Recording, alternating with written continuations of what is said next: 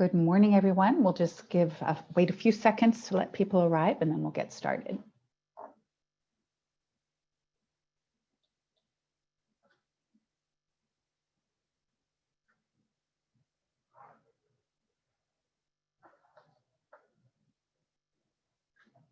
Great, so let's go ahead and get started. Good morning again. It's my pleasure to welcome you to Training for Success, Resources and Tools for Working with Beginning Farmers and Ranchers.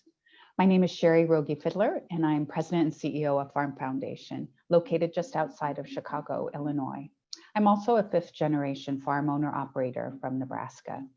With me today is Gary Matteson, the Senior Vice President for Beginning Farmer Programs and Outreach at Farm Credit Council. You'll hear more from him in just a few minutes. On behalf of Farm Foundation and Farm Credit, we are excited that you are all joining us over the next 2 days.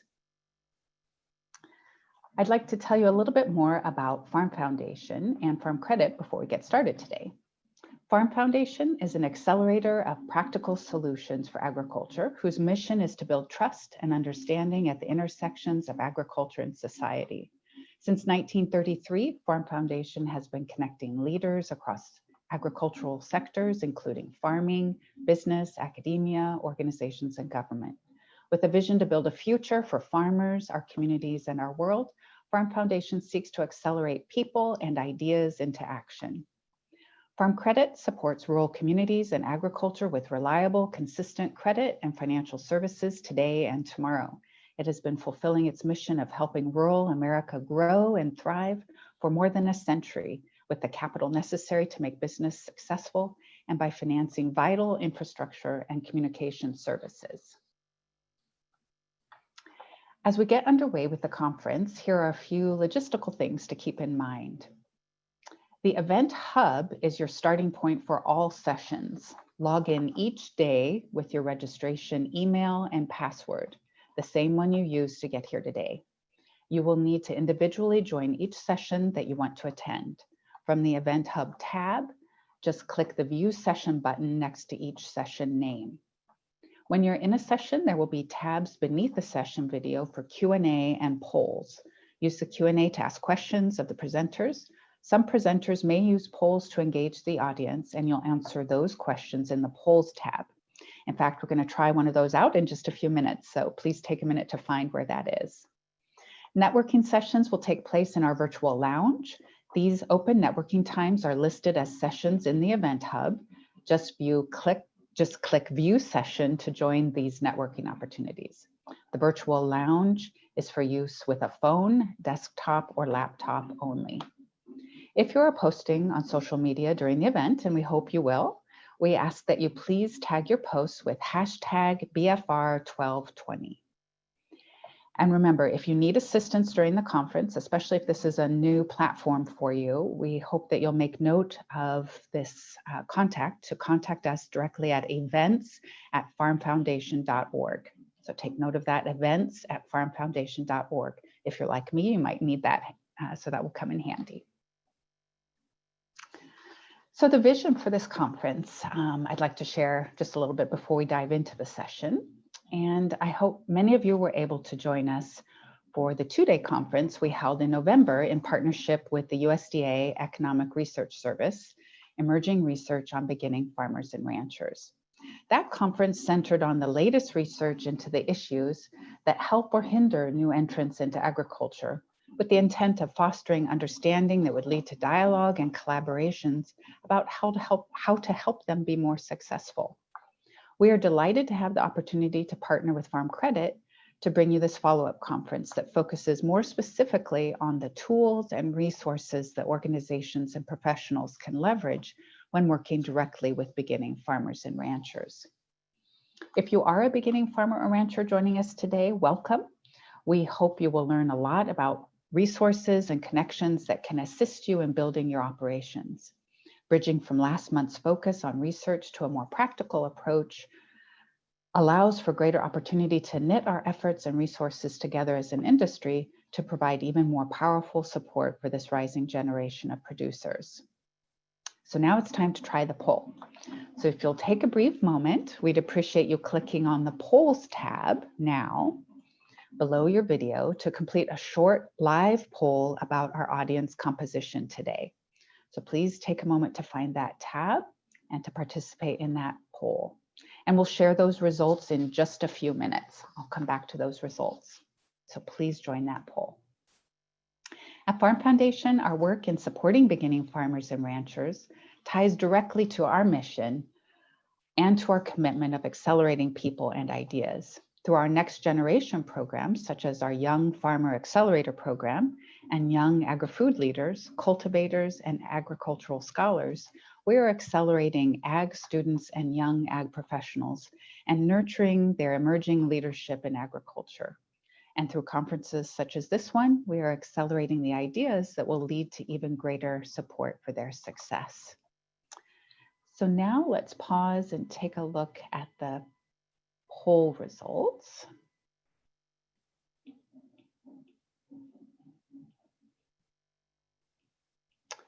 And Martha, how is the poll looking? Were people successful in being able to use the poll? Yes, I think the results are still coming in. So thanks, Shari. Thanks everyone continuing to enter into the poll. Looks like we're about 30% trainers of beginning farmers and ranchers, which is great. Another 25 or so from government, other service providers. And I'm so pleased to see we have a healthy number of farmers and ranchers on today as well as lenders and those from academia and media. But great to have farmers and ranchers with us as well as our trainers. So important to have you all here today. So thank you. Great. Thank you, Martha. And thanks for participating in that poll. There will be several polls throughout the 2 days. So glad that you found that and can engage in that way throughout the conference. So my plan for the next 2 days is to learn from experts and be open to inspiration regarding how we can not only leverage the tools we already have, but also look for creative new ways through communication, connection, and collaboration to continue to innovate in how we support beginning farmers and ranchers and build a bright future for agriculture. And I hope you'll do the same. With that, we thank you again for joining us and look forward to 2 great days of learning and connection. I would particularly like to thank Gary and Farm Credit for their wonderful partnership in architecting this conference and bringing the content to life. We so appreciate Gary's efforts and collaboration along with others on his team. So I'll turn it over to Gary to provide a brief welcome and kick off our first session, which is recognizing the range of financial skills training methods. Gary, over to you. Well, thanks, Shari. We certainly appreciate the Farm Credit Foundation, Farm Foundation partnership. And I'm very pleased that you, our audience of over 330 people, have joined us for the beginning of this 2-day conference. We applaud the work that each of you does to help beginning farmers succeed. And a special welcome to my Farm Credit colleagues who provide training, incentives, and financing through their local Farm Credit Association's Young, Beginning, and Small Farmer programs. Now, we've carefully chosen the topics and panelists for this conference, and we're very grateful that you have chosen to be with us. I'd ask that you please participate by asking questions using the Q&A tab and the chat box and responding to the polls. In between the panel sessions, we have a cool app that will allow you to sit at a virtual conference table with panelists and attendees to ask further questions, share information, and network. And don't worry, we'll have more instructions about that at the end of this session. Well, let's get started with our first panel. The purpose of this panel on recognizing the range of financial skills training methods is to show principles of financial skills education delivery that are applicable to beginning farmers as individuals and also to their farm business operations. Financial skills education is a mystery to many who train beginning farmers and ranchers, but we intend to identify a few organizing principles of beginning farmer financial skills education illustrated by the specific best practices that our panelists use. Now, your panelists represent 3 different approaches to financial skills education aimed at 3 very different populations of beginning farmers. They'll start out with a short PowerPoint describing their particular program, their students, and their kinds of farm and food businesses that their students operate. After those introductory slides, I'll have questions for our panelists. So note on your screens that you have the ability to ask questions and can also use the chat box. We'll reserve time at the end of the session for your questions, and I may actually ask some of those questions along the way. Okay, so your panelists are Ruth Hambleton, founder and president and of the board of Annie's Project, Education for Farm Women, who's based in Illinois. Allison Beichner, a loan office at Ag Choice Farm Credit in Pennsylvania. And your first presenter is Tera Johnson, founder and director of the Food Finance Institute at the University of Wisconsin. Tera, please start us off. Sure. Hi, everybody. It's great to be with you this morning. It's a beautiful day out here in the Midwest, and I am grateful for the opportunity to share what we do at the Food Finance Institute and how we work with farms. So my story and the Food Finance Institute's story actually starts before the Food Finance Institute. So next slide.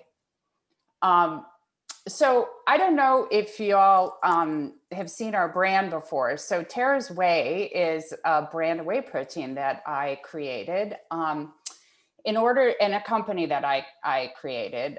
In order to do that company, we were the first organic and goat whey in the country for human consumption. And I had to build a plant. So there's a picture of the plant that looks, pretty stylized, but it ended up looking like that way.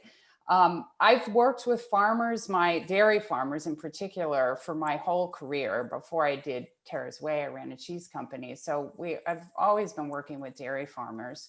And I did the Tera's Whey thing because I saw the opportunity in agriculture in Wisconsin to have a product that went all the way to consumer for organic whey protein that didn't exist anywhere in the world at the time. And we needed to build a plant.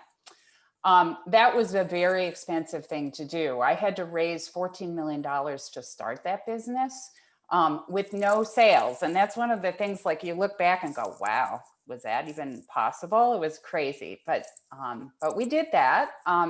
We started the company, and it was the pit of the last Great Recession when we did that.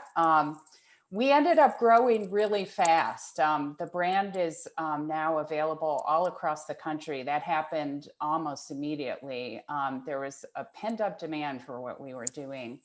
And I had investors in that company. And so 3.5 years later, we ended up selling to a public company, which is a very fast ride, a company called Omega Protein that does omega-3 fish oil. Pretty much any fish oil product you could have, liquid or pills, or they have fishing boats, like they're vertically integrated and do the whole thing. So it was a beautiful home for the company. They expanded the plant. We're working with even more farmers now than we did before.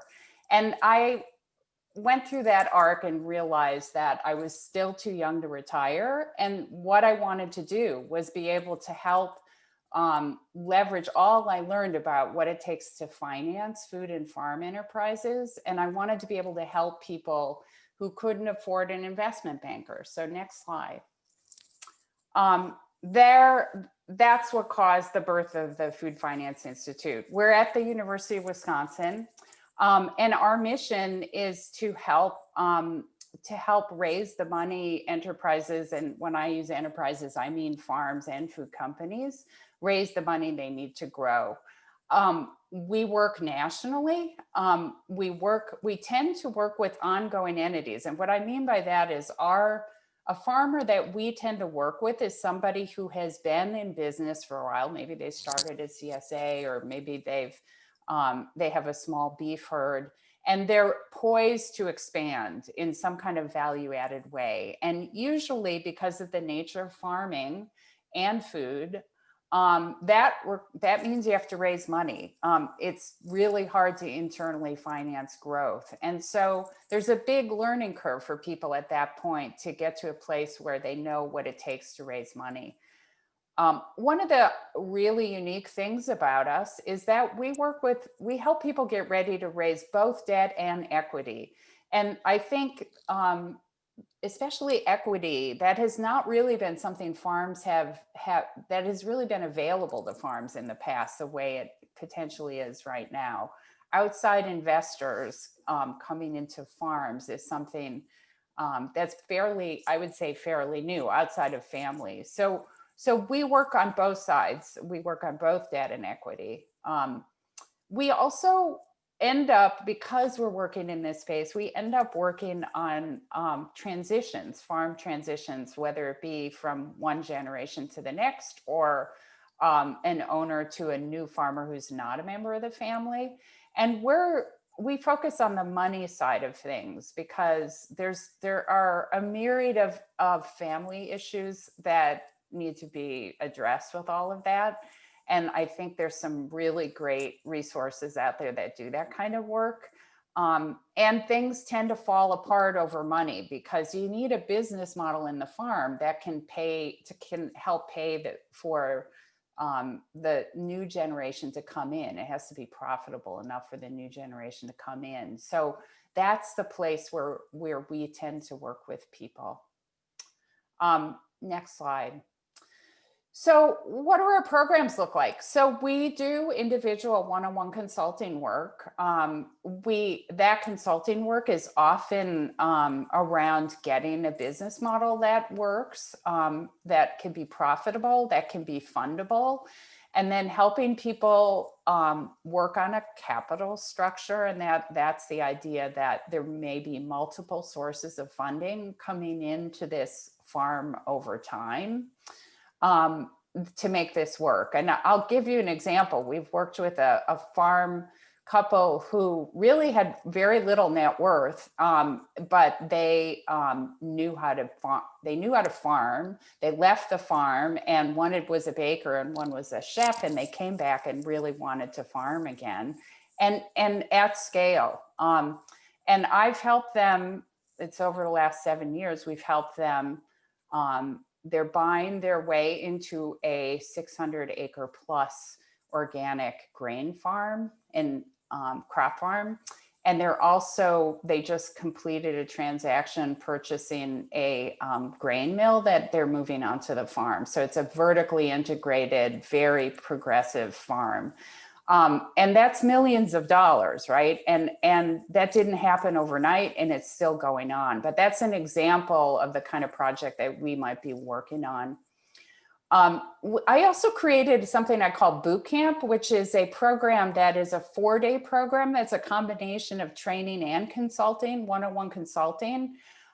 It's accelerated. I designed that to take this whole process of raising money and getting ready to raise money and compress it. Like, it's something that if I'm working one-on-one with somebody may spread over easily 6 or 9 months. And if I get people in boot camp, we can have it happen a lot faster. So that's what boot camp is. We do coaching, like I will do groups of farmers we'll be coaching. I like models where there's group interaction and an outside expert coming in to speak, because there's so many things that people need to learn about.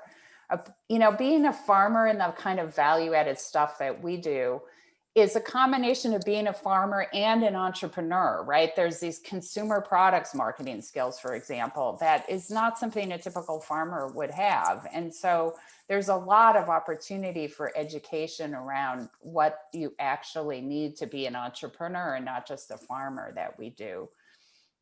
We host an accelerator. Our version of an accelerator is a more traditional kind of accelerator. We select 10 companies every year.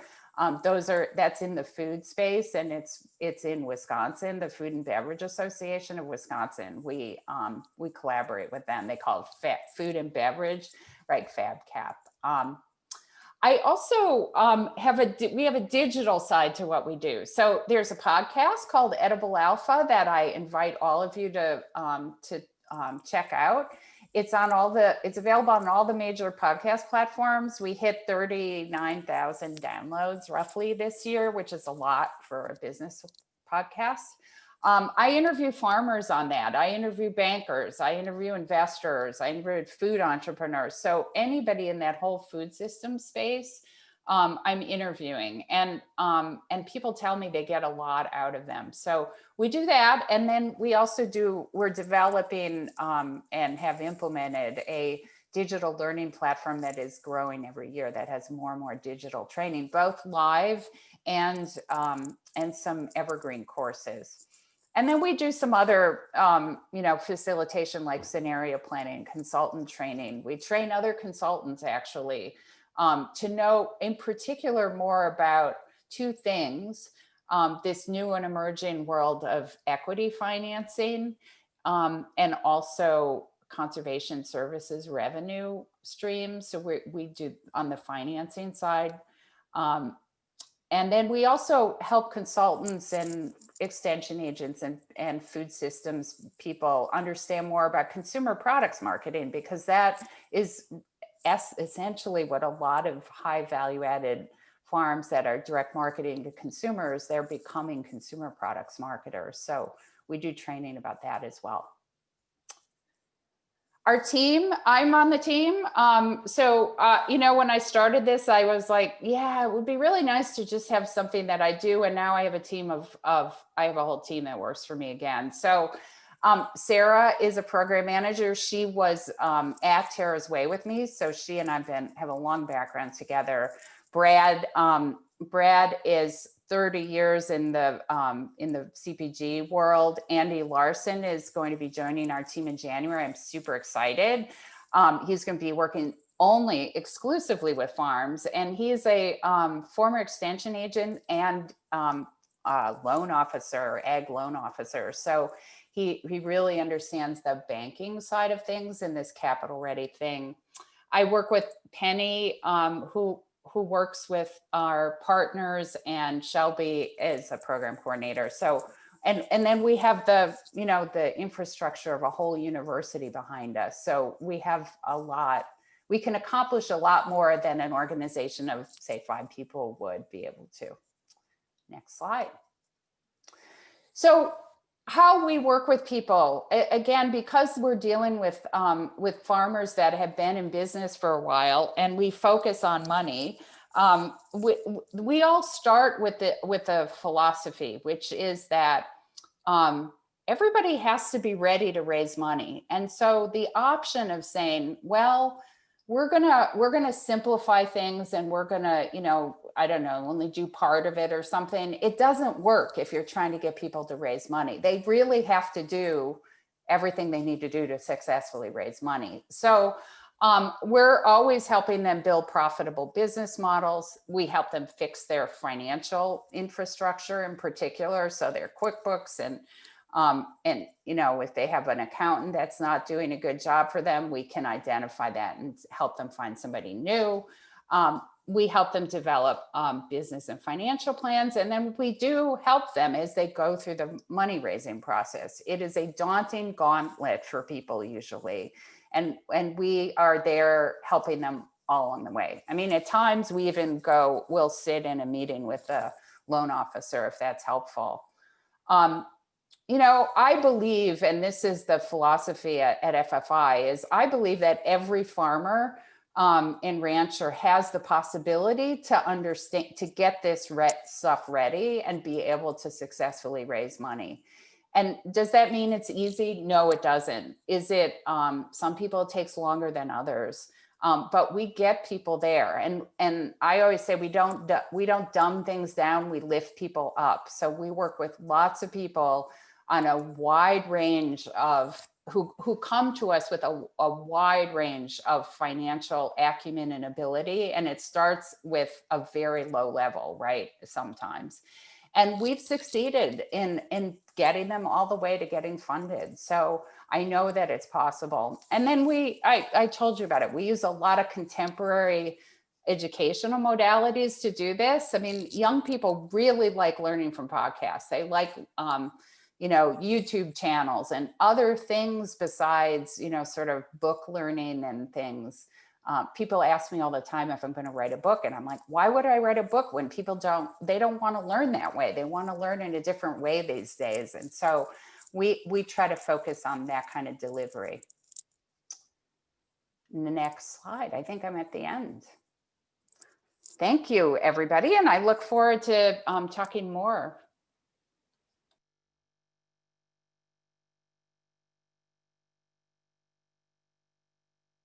It is a pleasure to be with all of you this morning to share information about Annie's project, Education for Farm Women. My name is Ruth Hambleton, and I am the founder of Annie's project. Every great program begins with a vision and mission. Our vision is that women in agriculture are change agents who strengthen their businesses, families, and communities. Our mission is to empower women in agriculture to be successful through education, networks, and resources. Annie's project began in February of 2003 with 10 women attending the first of 6 meetings at Kaskaskia College in Centralia, Illinois. 9 members of this group survive and remain strong in their relationships. Something impactful happened with this group of women, and in 2004, Iowa and Missouri held Annie's projects in their state.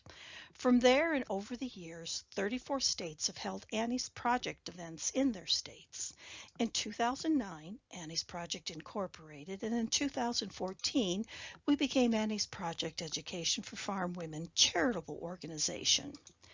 In 2015, we developed our brand and training programs, and the board hired 2 CEOs in 2019 to further extend the capacity of Annie's Project to deliver our programs. 2020 certainly has presented itself with challenges that will have long-term impact in the way we deliver education to women in agriculture. And here are the women in agriculture that we serve. This program has a diverse mix of backgrounds: mother-in-laws, daughter-in-laws, mothers and daughters, city, rural, farm and ranch women, newlywed women, women dating farmers, widows, sisters of farmers. This diverse mix of background is by design because the experienced will help the inexperienced. Demographically, 8 out of 10 women are married. 6 out of 10 come from sole proprietorships. Interestingly, this program attracts women equally from all income categories. Almost 7 out of 10 women are managing or a part of operations just over 500 acres. This means a majority of our audiences are looking to manage assets of over $1 million. As far as enterprises go, 95% can be described as traditional crop and or livestock commodity operations and horticulture enterprises. Here is what Annie's project provides to women in agriculture. Safe harbor is critical for women in a learning environment. It takes the pressure off for being judged. Safe harbor means a woman can ask her questions or contribute her story without judgment. The connection part of our program builds on a woman's natural tendency to be social and reach out to others for information or help with a specific situation. We provide connection to vetted presenters teaching a specific topic. It is the connection to each of their classmates that the women will take with them long after the class is over. And finally, the connection they will feel to the growing number of women throughout the United States that have taken Annie's Project courses. Discovery is the learning experience that occurs as women begin to understand things that were confusing, as well as learning about new resources. Shared experiences encompasses the ability of women to share what works for them. Women are natural mentors, and those relationships will occur spontaneously as a need arises. A small group is essential to an interactive and dynamic learning environment. Presenters do not just come in and talk to this audience, they talk with them. Our traditional program is delivered in 18 hours of education over a 6-week period. We teach research-based information taught by vetted local service providers.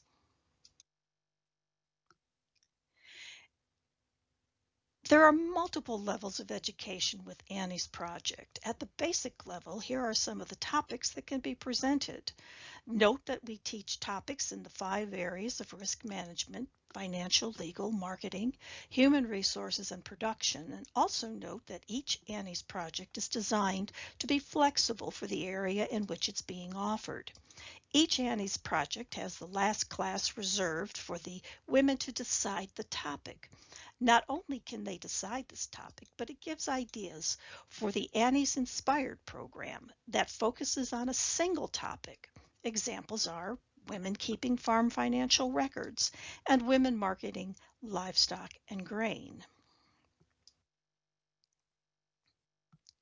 As women, we can boil things down to the 5 Ds: death, divorce, disability, disagreement, and debt.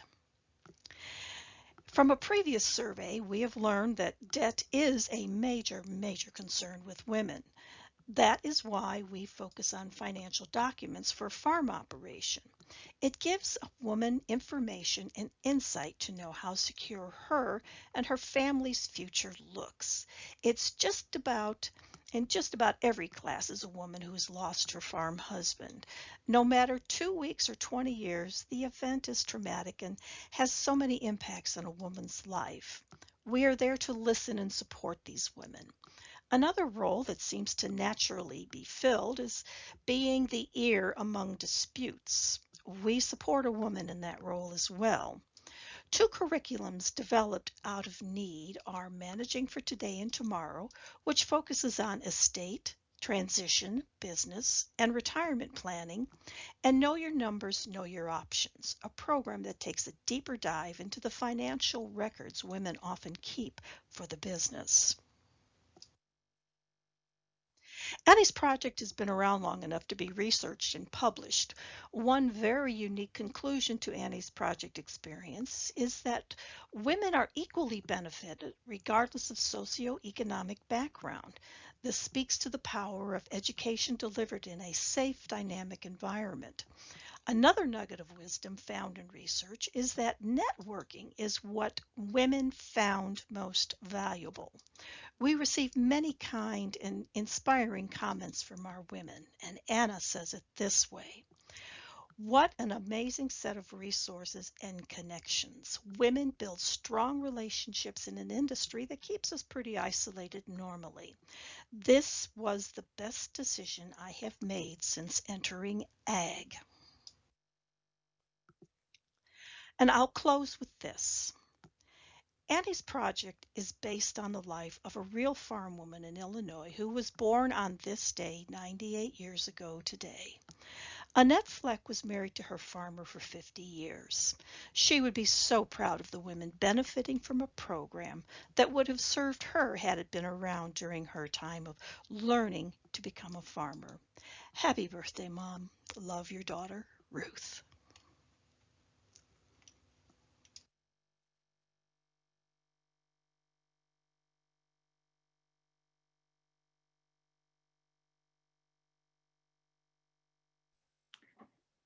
Hi, Gary and group. I'd just like to say I'm honored and flattered to be a part of the panel.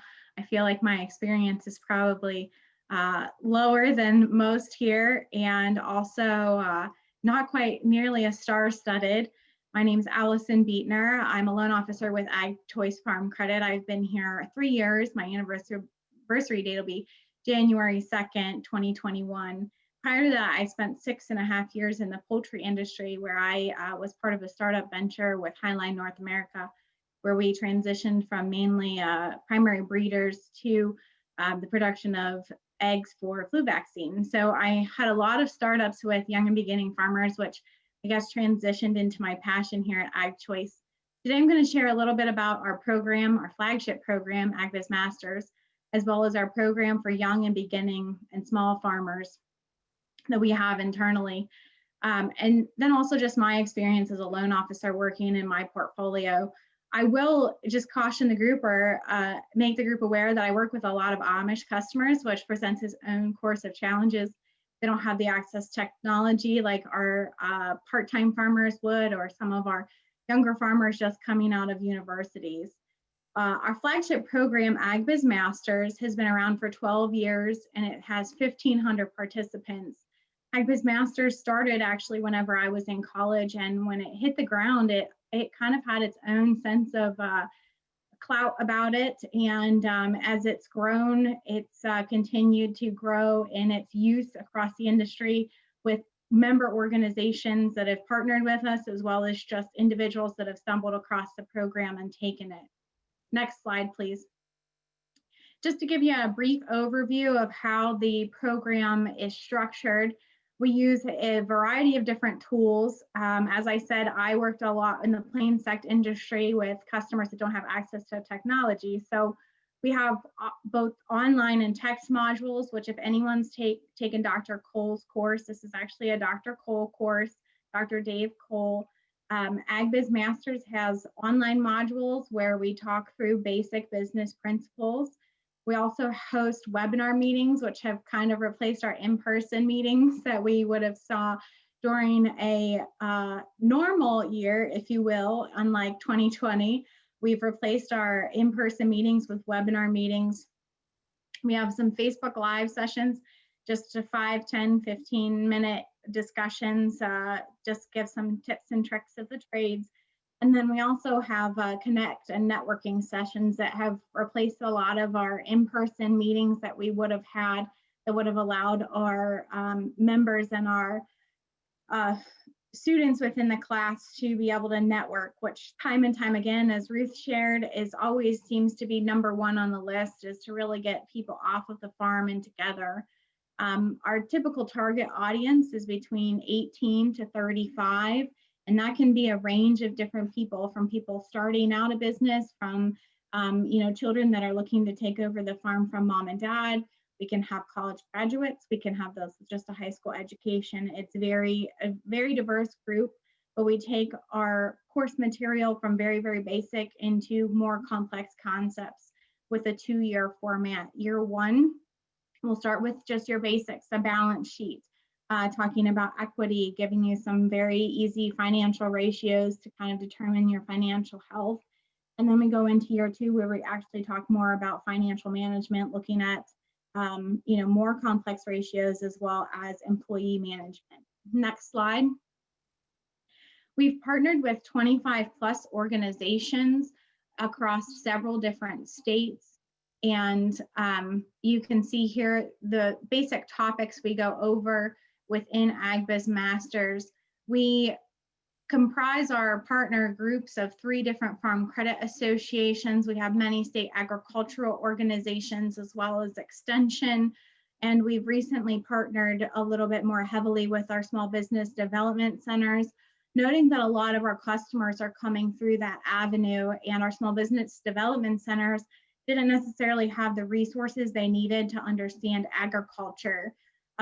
We have several very, very skilled consultants within the SBDC network in Pennsylvania, but they're not necessarily spread out over the entire state.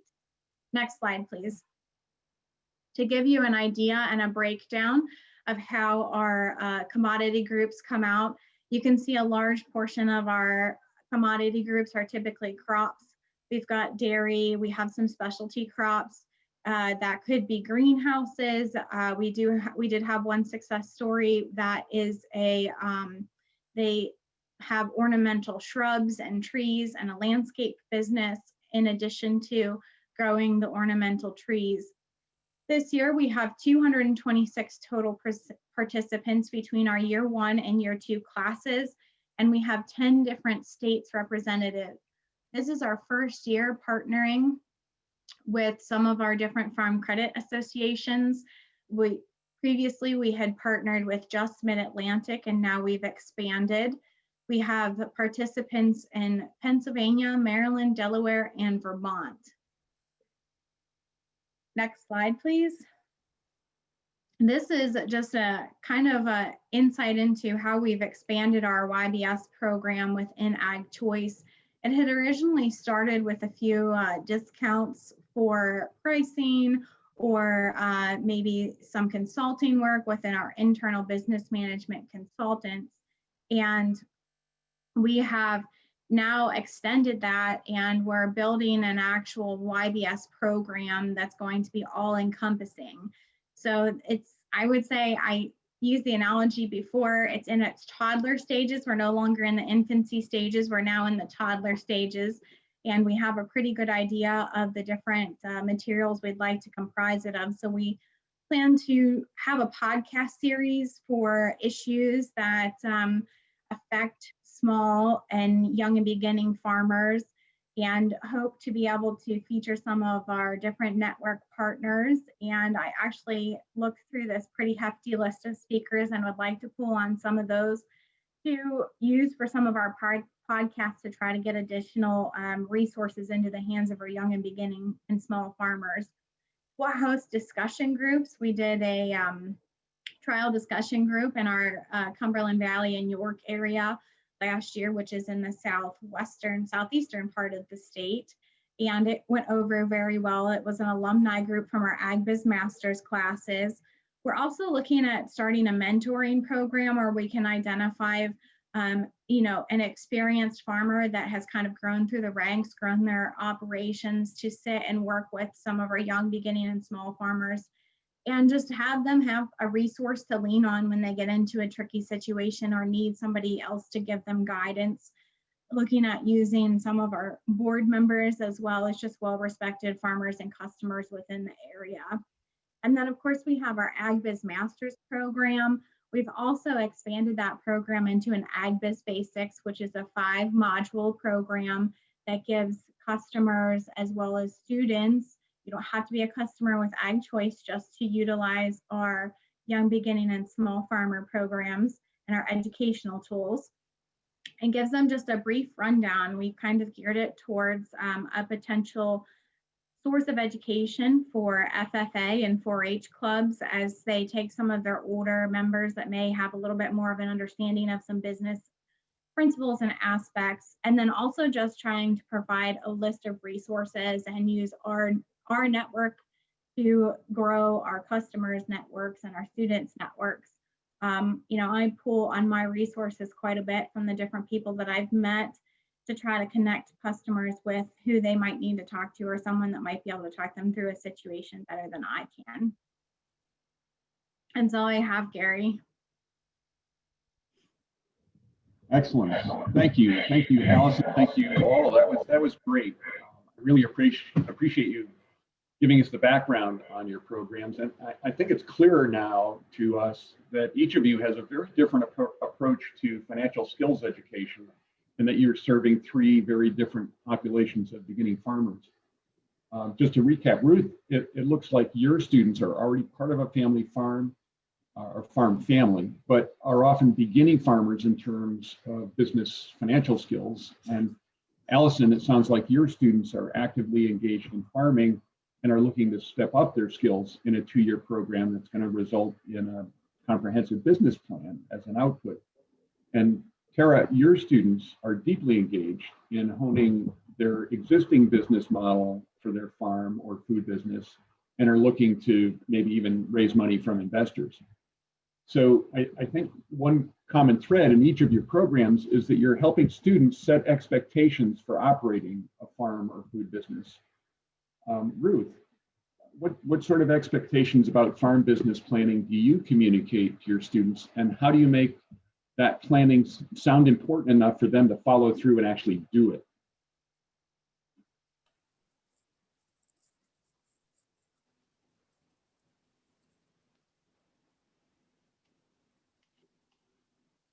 Ruth was having connection problems. Ruth, are you there?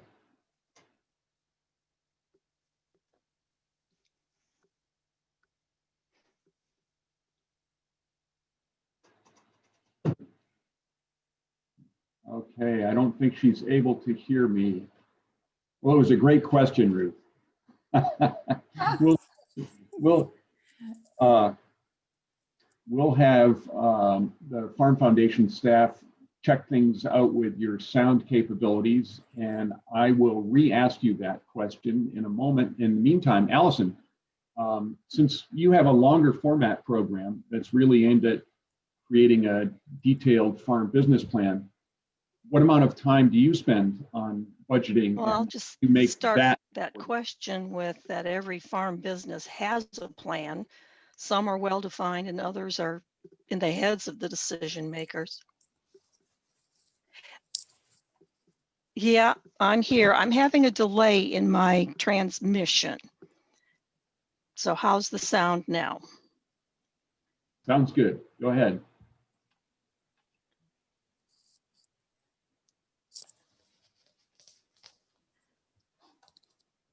It may work better if she goes No, off I can hear you. video. I can hear you. I just, my audio is going to be off, I think.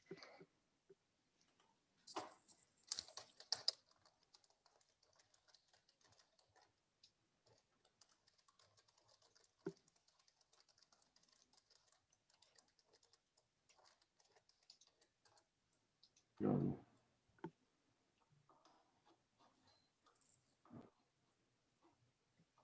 Let's get that problem solved for you, Ruth, and I'll go back to asking Allison the question.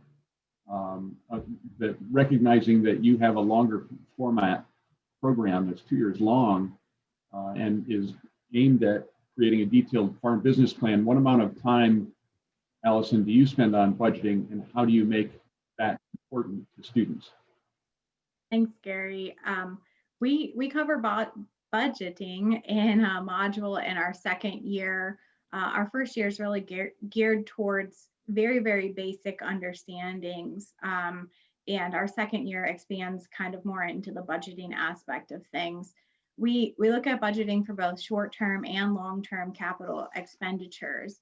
And the amount of information that each individual takes away can really vary depending on how involved they are in their business and at what point they are in the transition of their business or the start of their business. So oftentimes our customers that are just starting, we're really focusing on what are their needs rather than their wants, and how can their marketing or their income cover the expenditures that they're going to have, whether that be within the 12-month operating cycle, or are they looking at needing something that's a longer term capital investment, and trying to plan those out with either their monthly payments or how are they going to save for the actual purchase of the asset. And then oftentimes our young beginning farmers that may be transitioning over from mom and dad may have just kind of been a fly by the seat of their pants, not really planners. We're focusing more on longer term planning and looking at true cash flows and looking at how their cash flows will match with their operating expenses as well as their long-term plans. Oftentimes when we get into a customer in that stage, we're offering them the help of our ag business management consultants within Ag Choice. And we do offer a credit to our YBS customers for some help with that tool.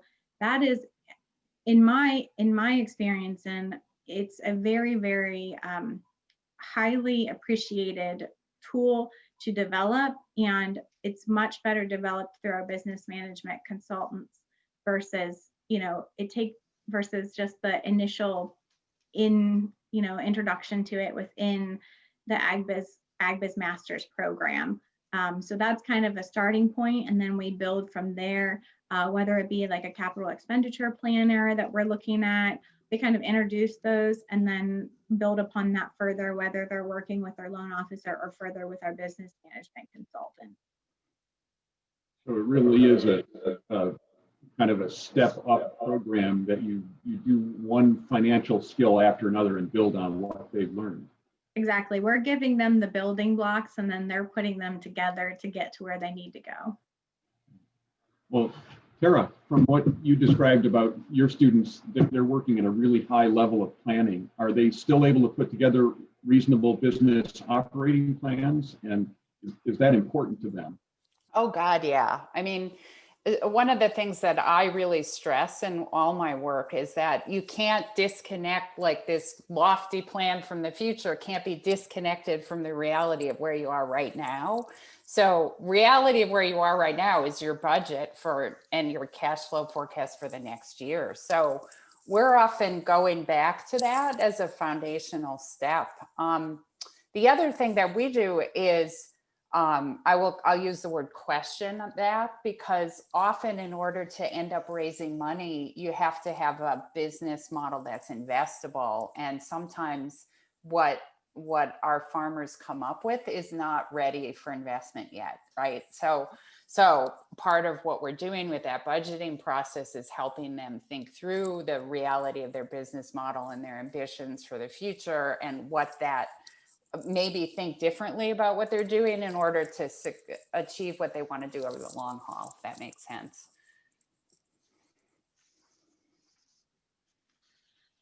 So, yeah, planning for the long haul is definitely a good thing, and that getting people to think that way, that there's a long haul ahead, is in my experience a hard thing to do.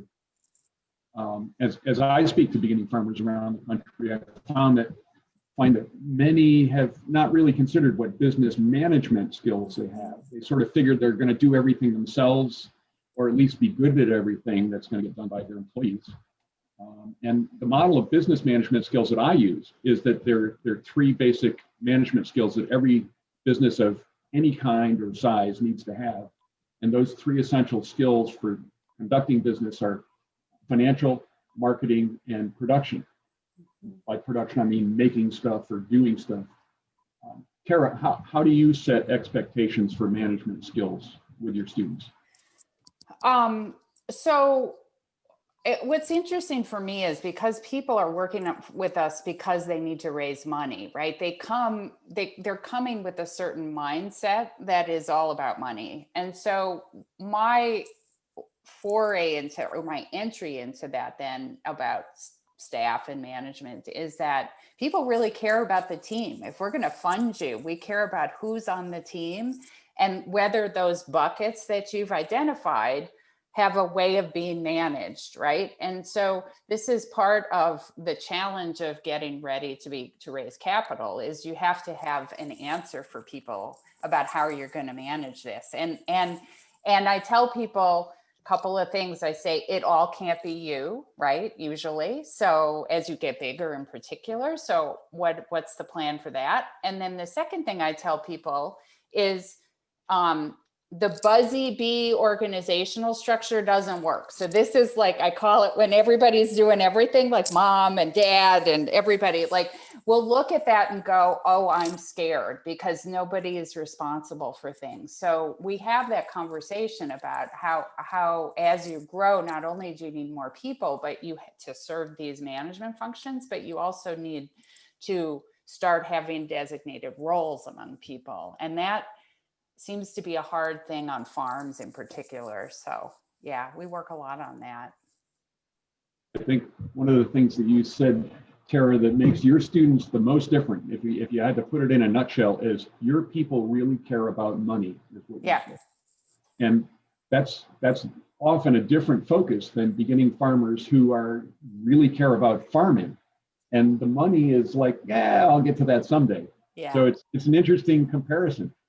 It is. And I tell people our classic client is somebody who's been doing this for 3 years and is tired of losing money, right? They're like, yeah, they're like, oh my God, I got to do something different, right? And it usually involves raising money because they were trying to do it without enough resources to begin with. So yeah, it's a different place people are at mentally. Allison, do you cover business management skills in the AgBiz Masters program? As far as you're breaking them down into your 3 different business management skills.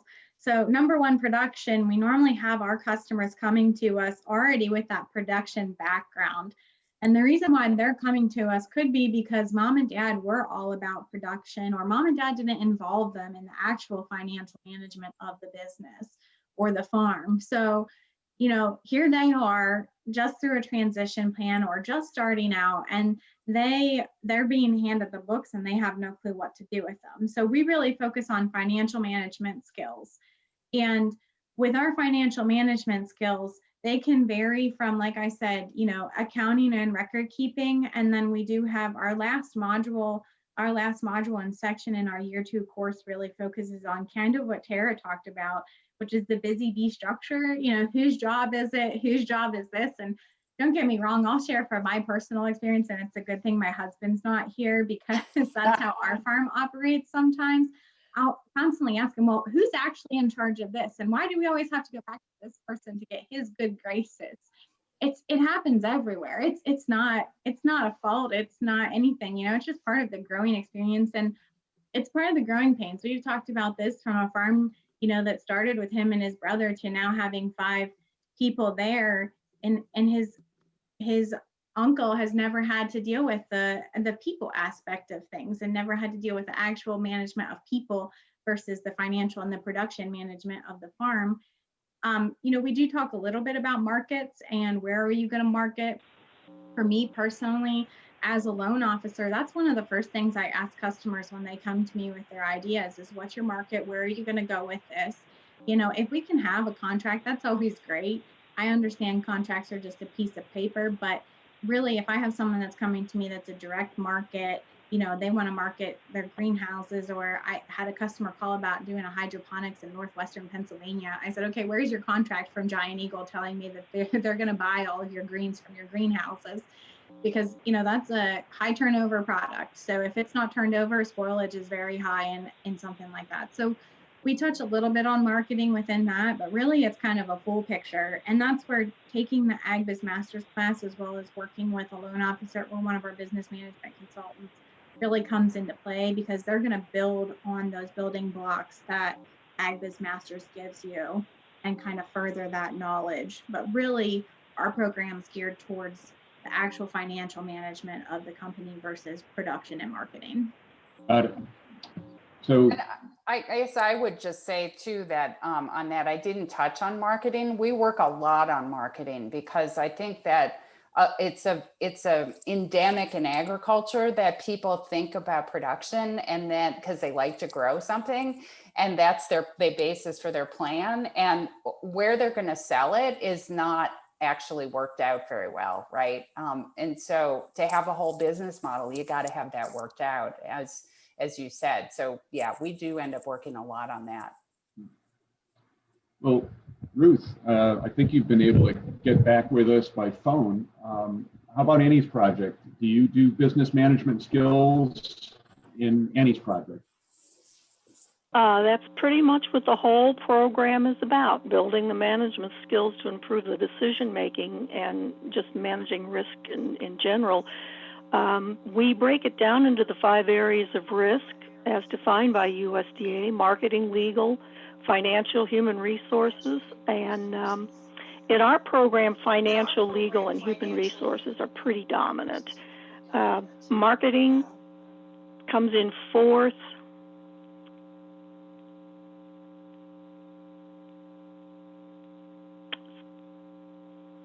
Still having audio. I can hear you. Oh, you can still hear me. Okay, I show that I am muted here. There I am. I'm on the phone. Very good. Okay, so 4th comes in marketing. We don't do so much on the production side, but that's the one area that fits under what's the Annie's Inspired program, where you have a single topic is the focus of that program. Well, as I think about those 3 essential management skills of production, marketing, and financial, most beginning farmers I know would score really high in production and maybe even marketing, and they would struggle with financial skills.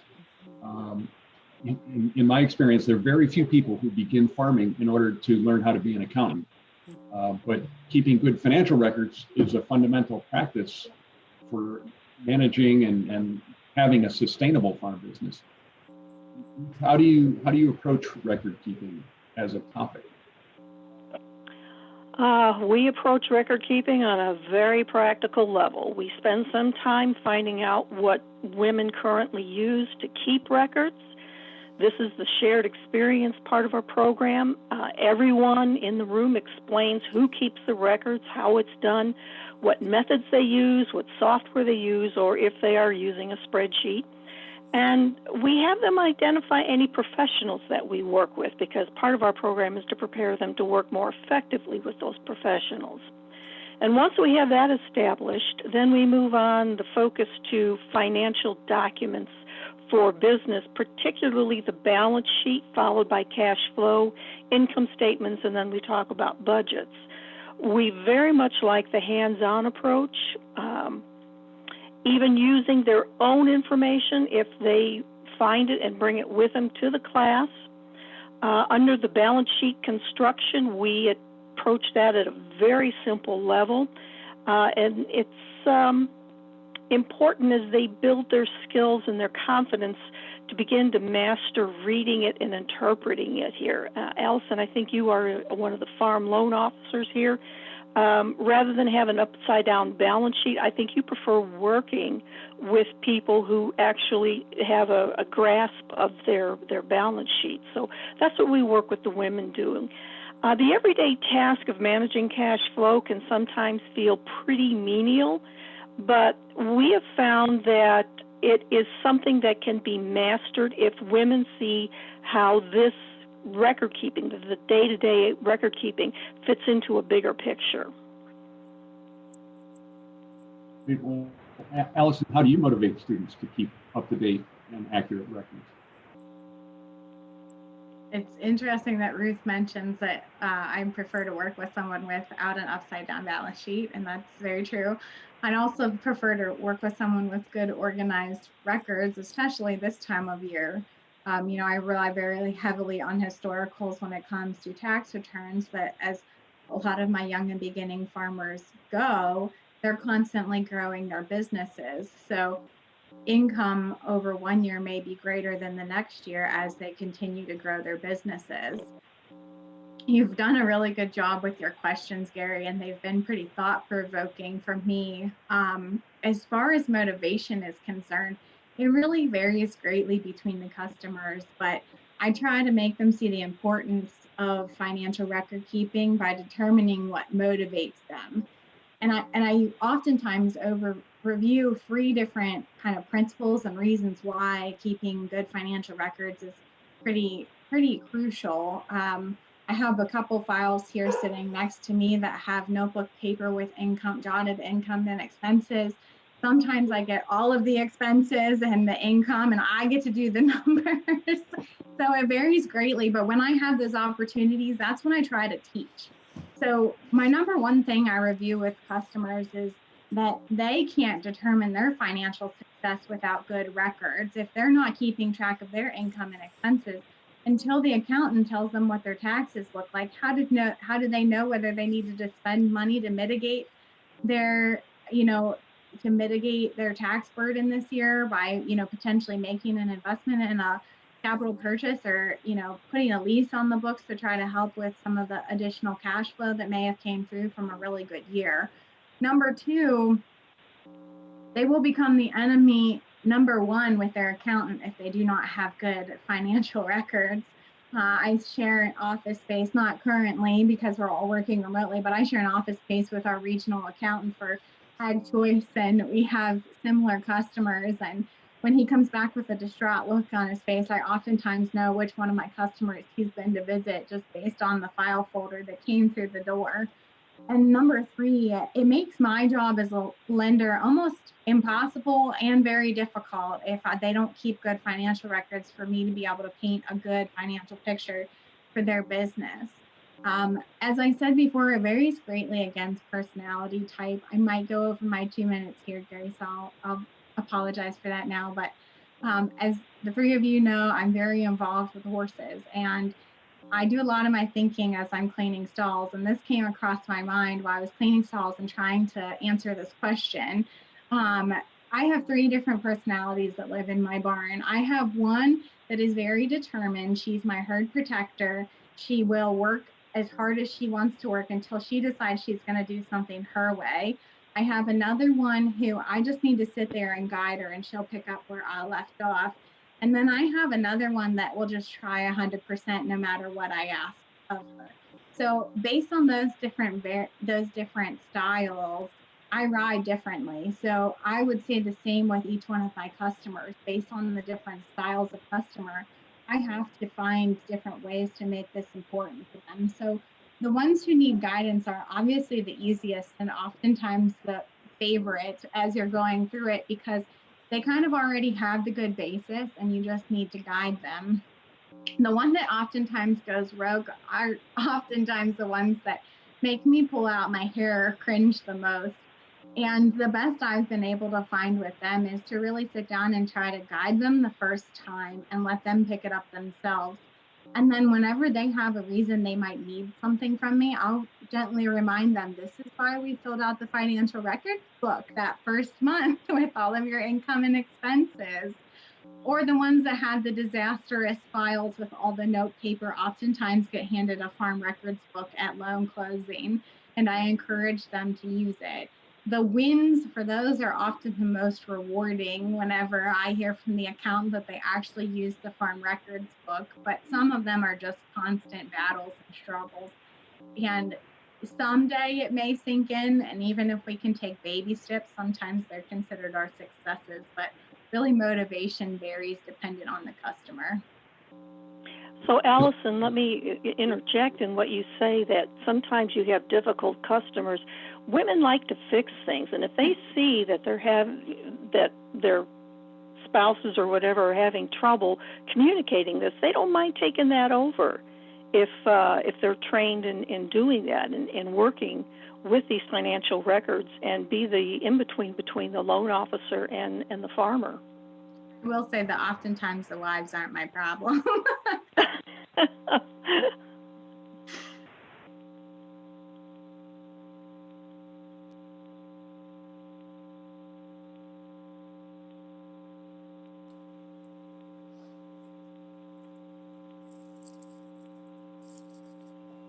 Gary, you are on mute.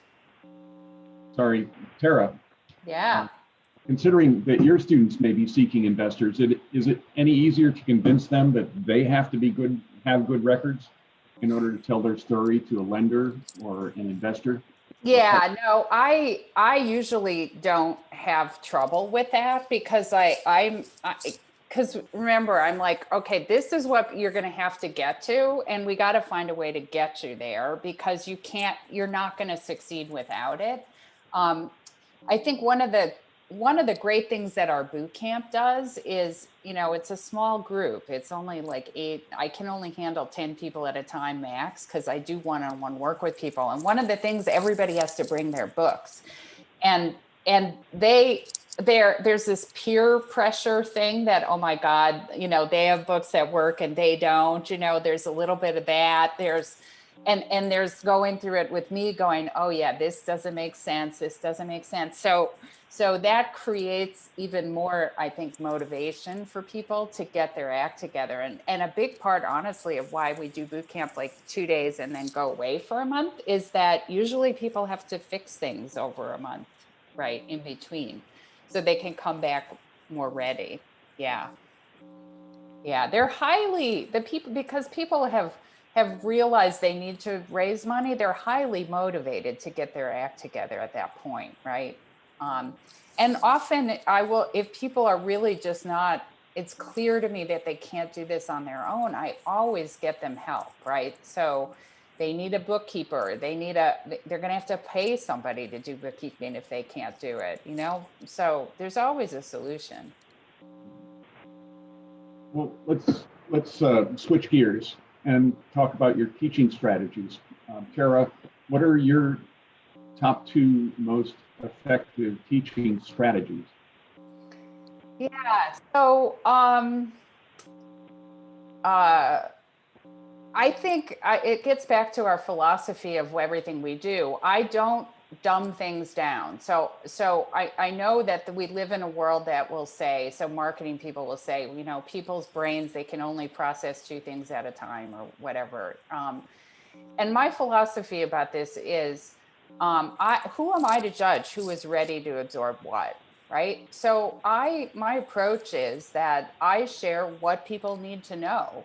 And it can often be a lot. And so I've had people come to boot camp twice now. And because their businesses have evolved in their farms, they're thinking about different things that they didn't pick up the first time they were there. And then they come back now and they're picking it up.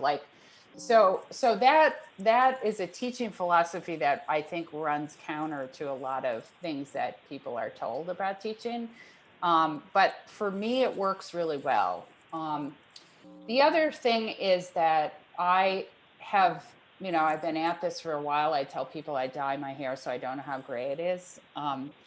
And so I tell a lot of stories. I'm a storyteller because I've worked with a lot of farms over the years, and I've been a successful business person on my own, and I've raised debt and I've raised equity. And so I have a lot of stories that I can share that are very practical. people love that. They tell me they love that about working with me. And I guess the final thing is, I think adult learners don't like cases, like this idea that we're going to teach and then go off and do a little exercise or something. Everything I have people do is on their own farm.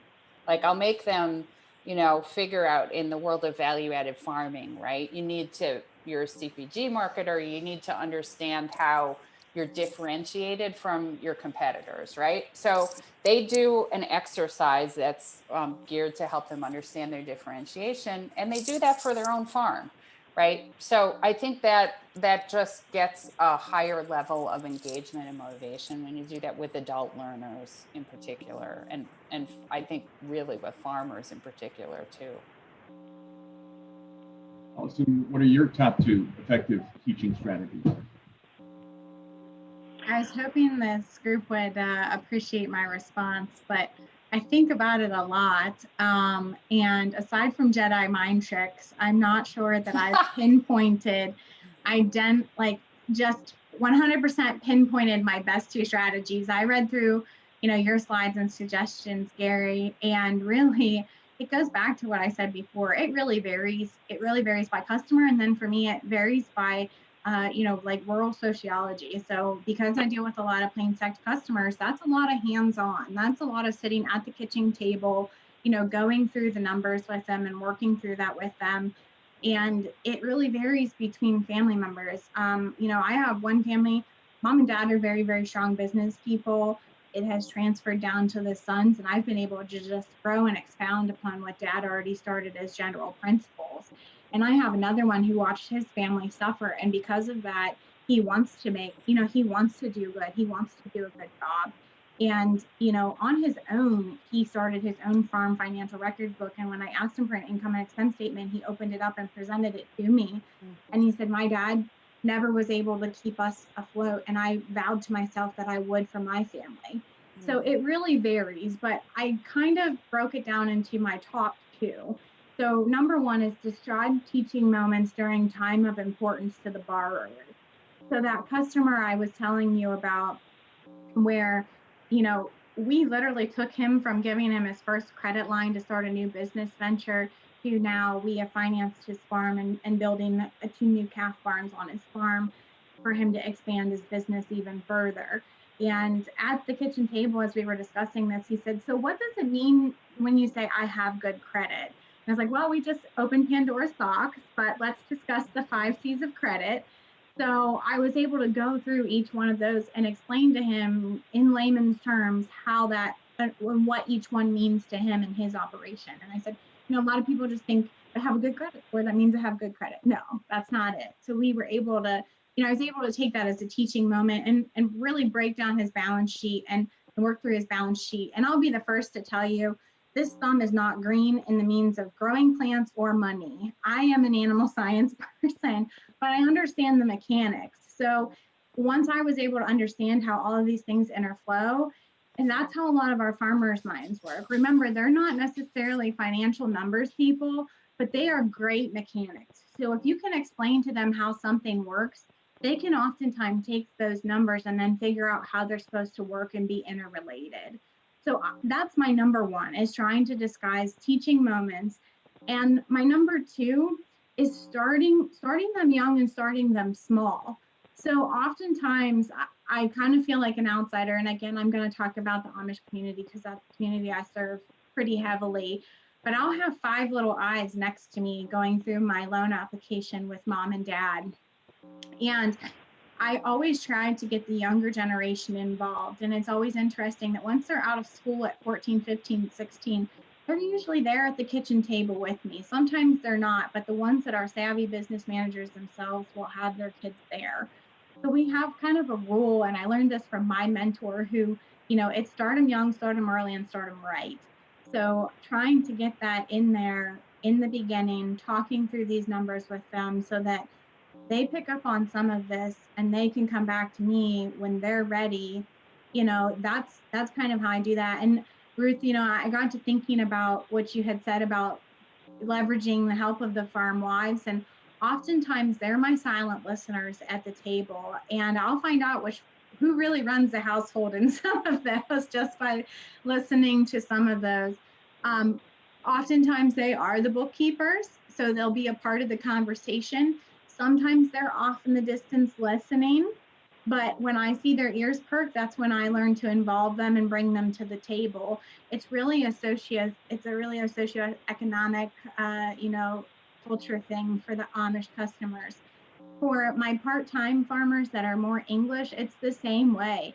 If I can get a hold of somebody that's young, that's starting, and we can get them started right, that's really the best foundation I can give them. And it doesn't have to be big concepts. It really has to be tailored to when they're starting and then growing those concepts as they grow their business, instead of trying to overwhelm them, at all. Really, the way I deliver those is mostly one-on-one.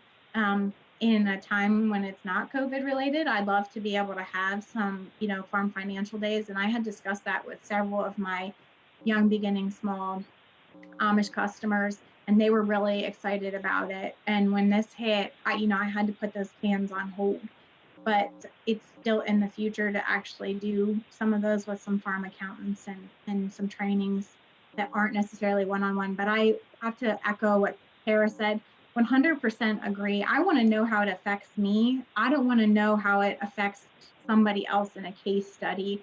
AgBiz Masters does use a lot of case studies simply because we deal with a variety of customers that may have their own set of numbers, but then we have some that may just need to be working on the hypothetical because they're not there yet. Yeah, I find understanding somebody else's business, especially if it's a really different kind of business, is very helpful to get them to try to, beginning farmers, to try to understand how to explain their own business to someone else who has no idea what it is. So that I'm a big fan of learning a different business in agriculture as a model.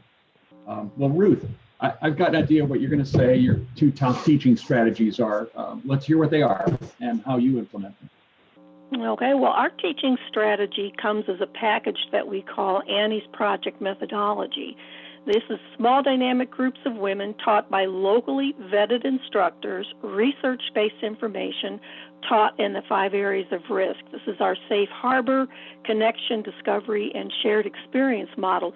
And most effective is the group interaction among the participants and between participants and presenters. That's why the vetting our local presenters is so important to the success of Annie's project. Presenters have to know their stuff, not just come in and just talk to the audience, but we want them to talk with the participants. We encourage questions as they arise, not wait to the end, and sometimes the answers come from the participants themselves in that shared experience. Our facilitators training program, this is where we explain how to find those instructors, how to vet them and prepare them for the classroom. And it's very important to us that these local instructors become part of that risk management team that the women are building over the course of our time with them. So I would say our top two, like Allison here, is you want to hit what's important to them at the time, and then let that group dynamic just really help them solve that situation. Excellent. Well, Tera, this next question is not strictly about teaching methodology, but rather about issue messaging for business planning that you use with students. For example, do you communicate to students that the financial and planning skills they learn are going to be the basis for their long-term success, whether it's with this current business or with some future business? Absolutely, because again, because we're focused on this capital readiness thing, this is going to keep coming up in their business and their lives, no matter what they do. So I tell people, it's like you're learning to ride a bicycle, and once you know how to do this, then you can redeploy it over and over again. And I guess you know, we're really blessed in a way, because when we have people knowing they need to raise money, they've got a lot of motivation, right? They come to us really motivated, and they like, most of them are saying, you know, you tell me what I need to do and I'm going to do it because I need to, you know, get some money, right? So yeah, but absolutely, we're teaching them a skill that they can leverage over the course of their whole lives.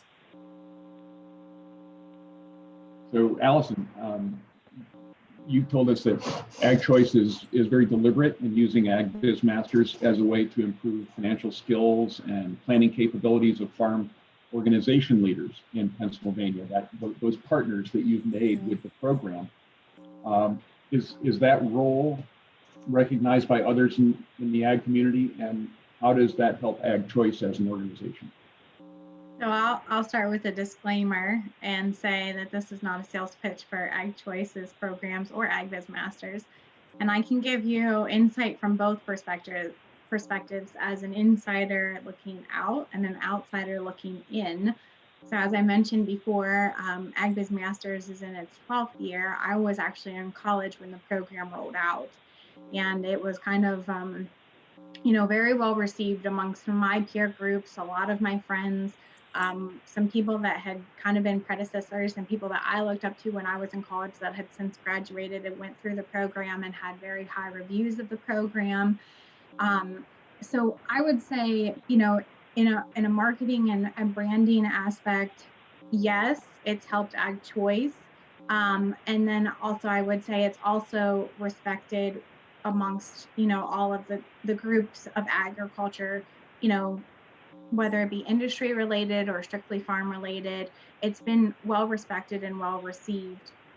You know, from an insider's perspective, I would say the program helps us to better serve our mission and better equip the next generation of managers and or our potential borrowers. I'll say that I've had several different successful graduates that I've worked with. I have one that was in one of our early classes, and he has since, you know, gone on. I'm working on the farm purchase with him right now. We've seen ups and downs in his businesses, but I really feel that those financial skills he learned in AgBiz Masters helped him through that. As part of AgBiz Masters, we bring back some of our alumni to speak. And one of my favorites is one that I had highlighted before that grows ornamental shrubs and trees and has a landscaping business. I mean, I think he started in his parents' backyard, and he's now grown to a completely different facility. And I'll say from the outsider's perspective, it puts needed information in a way that farmers can understand it. So oftentimes it's difficult for farmers to relate business management principles to farming, whereas AgBiz Masters is able to translate that into farming and teach it with that application. There's a thread here of the benefit that this is providing, that the financial skills education is providing, makes it throughout the ag community, whether it's in that person's, that individual student's future businesses, like Tera was saying, or in dealing with you, Allison, as a, you know, a customer of many years. There's experience that is valuable for the ag community in this financial skills education. And I think that's what I want to ask Ruth about, that you've told us that the Annie's Project model is really intentionally creating a mutual support group out of each class. And I'm wondering how you communicate this connection to the ag community, where financial competency is a life skill and it enables rural entrepreneurship and building the capacity for self-government and civic health in rural areas. Well, sure. Dr. Carisha Devlin, she's with the University of Missouri, and she's our co-CEO. She did her PhD dissertation on the effectiveness of Annie's Project education, and one of her top results was that women remember the relationships they developed from the class Farm Service Agency is a big source of presenters for Annie's project, and through their education, women are encouraged to run for local Farm Service Agency committee appointments. And it's through these relationships that women in the class go on to develop entrepreneurial businesses, become part of Farm Bureau boards, commodity groups, religious church groups. They take leadership role in their communities if they haven't already come from that culture. And it's the women seeing other women succeed that helps grow this community success through our program. Yeah, nothing breeds success like success, right? Right. Well, we've got a few minutes left here. Let's look at some of our questions from the audience. Looks like a couple just popped up here. How do you, from Kyle, how do you help beginning farmers and renters focus on what will have a more direct impact on viability, such as doing a cash flow projection versus trending topics like ag tech or policy? How do you focus them on the things that are really about the finances and the operation of their own business rather than, what's happening in the world? Mary, you want to tackle that one? I mean, I can jump in with that. Most of the time, the people that we work with are not up there, right? Because again, my population comes to me needing to raise money. And usually they're raising money because something isn't working on their farm, right? They know that things aren't working. So people who are in that situation, I'm like, okay, time out, we got to get a cash flow. Like right now, all this other stuff, we got to do the cash flow, right? And they go, oh yeah, okay, I got to do the cash flow, right?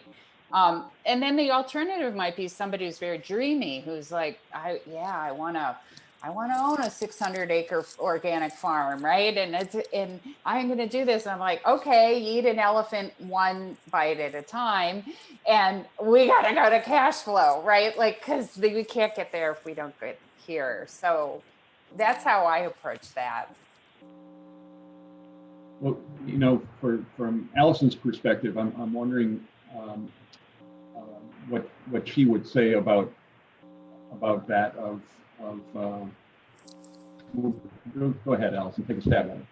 Yeah, I read that question and instantly noted that he had it in the correct order: cash flow, and then ag tech, and the implementation of ag tech. So you have to be able to cash flow if you want to be able to implement that information.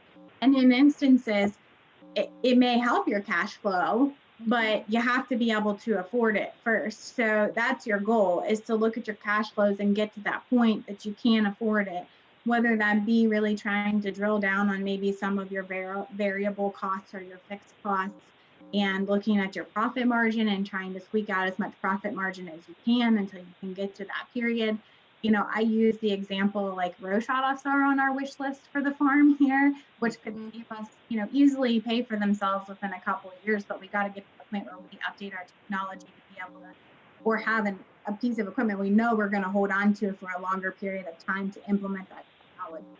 So, and it's then kind of running through your list, and that should be on your budgeting plan, your capital expenditure plan of, what's your wish list? Like what's your like far-fetching, like, what wish list, and then what's your what's your more realistic wish list, and versus your needs versus your wants. I have a good friend of mine from college that wanted to start a custom slaughter business, and we talked about it, and he has the wherewithal. I mean, he's someone that's got the production, he's got the market figured out, but it's really the financial things. And one of the first things I told him was, you need to give me your absolute needs, your semi-needs, and your wants, and we'll go through and figure out what we can actually put into that. And like Tera said, you eat an elephant one bite at a time. So it's often steps, but in a generation that wants now, you have to figure out how to like take that back and either eat your elephant faster in one bite at a time, or just take one big giant bite and be okay with the repercussions. But oftentimes that's really hard unless you've got the capital backing you behind it. So really, I think that was the correct order: cash flow, and then let's talk, sustainability. And sustainability doesn't even necessarily have to be, sustainable practices. It's going to be like, if your cash flow doesn't cash flow, you're not going to be sustainable. There's another question, Allison, that looks like it's for you, and I will read it specifically so that you get, in case you're not, or so that everybody in our audience can hear it. Is AgBiz Masters available nationwide or just through Ag Choice? And then here's the important part. Also, you're very brave for having 3 mares in the same barn. You don't have to comment on 3 mares in the if you don't want to. But go ahead. We actually joke about it because our family is lopsided, so we only have 3 male animals in our family, and we have the rest are all females. And at the house, my husband now outweighs me and our female dog, and so the boy side outweighs us. But at the barn, we're through the roof because I have 2 female goats up there too. Okay. So and it's all good unless I've got all 3 mares cycling at the same time. Then I regret my life decision. So as far as the AgBiz Masters question is concerned, AgBiz Masters is available in different forms throughout different farm credit associations. So the best way you can try to find which program your farm credit may offer is to contact your individual farm credit association that serves your area. We have had participants from out of the area, but that's usually if they don't have access to that program in their area. I actually talked with our Knowledge Center director about this, and I know Farm Credit East has a program that's very similar, as do some of our other farm credits in the Ag First District. So I'd really encourage you to reach out and contact your local farm credit and find out if they have a program similar to AgBiz Masters, and if they don't, we can try to find something that might be close to you that you could participate in. Each farm credit, each of the 68 farm credit associations around the country has their own program for young beginning small farmers. They're all different, but there are several, particularly in the southeast, so Pennsylvania and south, that offer AgBiz Masters throughout the year. Well, let me ask another. Look at the other questions here on the list. From Brad, how do you cultivate the cohort? And I addressed this to Ruth first. How do you address cultivating that cohort within the current challenges of COVID-19 meeting restrictions? And is that cohort the most important, or is the content the most important? Well, if we go with the research, that would say the culture of group meetings, it's what's important. Obviously, 2020 has impacted us mightily here in that we had to cancel a lot of the face-to-face meetings. We are now looking to launch the online version of the program. But I'll tell you what we're really ultimately preparing for is going to be the pent-up demand for people wanting to get back together face-to-face when this is all cleared through the pipe, so to speak. So, yeah, the 2020 pandemic has really forced us to do things really differently, like this meeting, for example. Normally we would be in a big conference room and there'd be 3 of us sitting at a table and Gary monitoring us, but we've had to adapt, and we're really looking forward to that time when face-to-face is going to be permissible again, or people will feel comfortable. Let's put it this way. People will feel comfortable in that face-to-face room again, and that's what we're really focusing on right now, is that pent-up demand that's existing. I've actually enjoyed this time because I can have cohorts that are people from all over the country, right? We just had a big event yesterday, and the cohort for that had literally people from around the country. And it was a different opportunity and a different dynamic, right? To to be able to curate in a way a group of people or invite a more widely a group of people than you could. And particularly for rural people, like our accelerator program is a statewide program. And it used to be based in Milwaukee, and 50% of the applicants were always from Milwaukee.